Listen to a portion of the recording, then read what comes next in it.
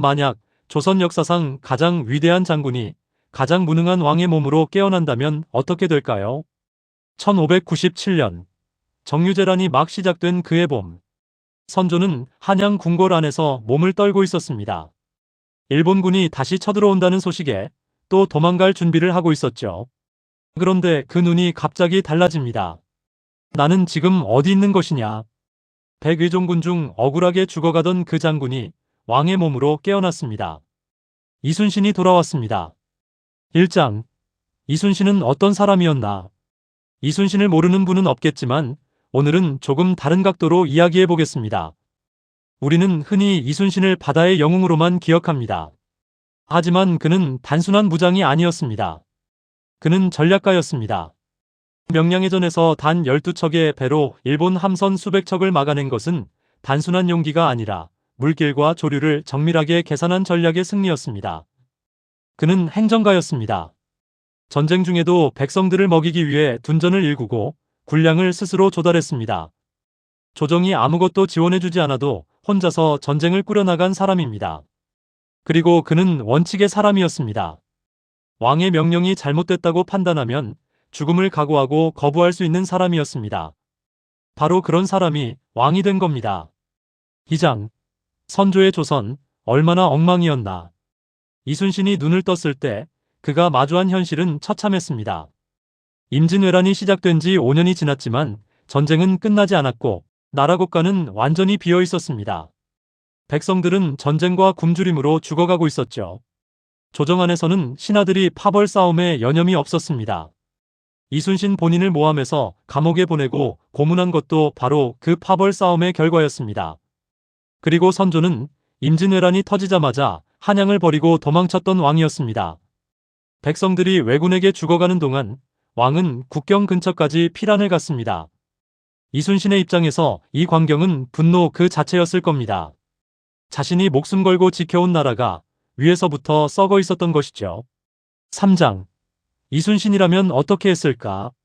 자, 이제 핵심입니다. 이순신이 선조의 몸으로 깨어났다면 무엇을 가장 먼저 했을까요?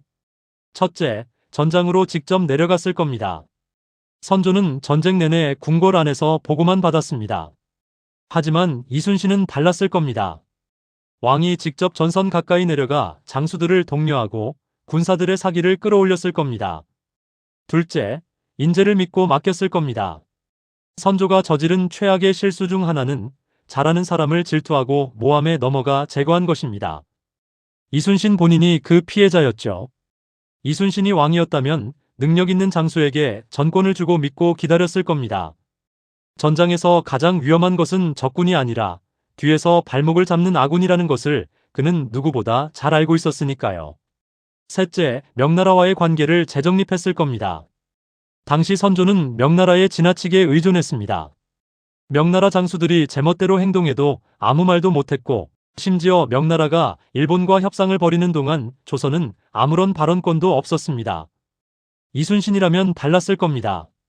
도움은 받되 끌려다니지 않는 외교. 자국 군사력을 바탕으로 협상 테이블에서 목소리를 낼 수 있는 외교를 펼쳤을 겁니다. 넷째, 전쟁이 끝난 뒤를 준비했을 겁니다. 이순신은 난중일기에서 전쟁 중에도 백성들의 삶을 걱정했습니다. 왕이 된 이순신은 전쟁 중에도 전후 복구를 준비했을 겁니다.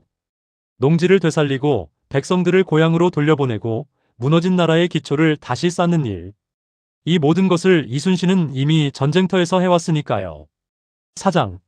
조선은 달라졌을까? 물론 쉽지 않았을 겁니다. 왕 한 사람이 바뀐다고 해서 수십 년 쌓인 부패와 파벌이 하루아침에 사라지지는 않습니다. 하지만 결정적인 순간들이 달라졌을 겁니다. 7천량 해전. 이순신을 제거하고 원균을 내세운 결과 조선 수군이 거의 전멸한 그 해전. 이순신이 왕이었다면 그 명령은 내려지지 않았을 겁니다. 그리고 노량해전. 이순신이 마지막 전투에서 전사한 그날. 왕이 된 이순신은 그 바다에서 죽지 않았을 겁니다. 살아남은 이순신이 전후 조선을 이끌었다면 우리가 아는 조선의 역사는 완전히 달라졌을지도 모릅니다. 역사에 만약은 없습니다. 하지만 우리가 이순신을 기억하는 이유는 그가 불가능한 상황에서도 포기하지 않았기 때문입니다. 그리고 그것은 지금 우리에게도 유효한 이야기입니다. 이순신은 말했습니다. 죽고자 하면 살고 살고자 하면 죽는다. 오늘 영상 어떠셨나요? 댓글로 여러분의 생각을 들려주세요. 좋아요와 구독은 다음 역사 이야기를 만드는데 큰 힘이 됩니다. 다음 편에서는 또 다른 역사의 만약을 가지고 돌아오겠습니다.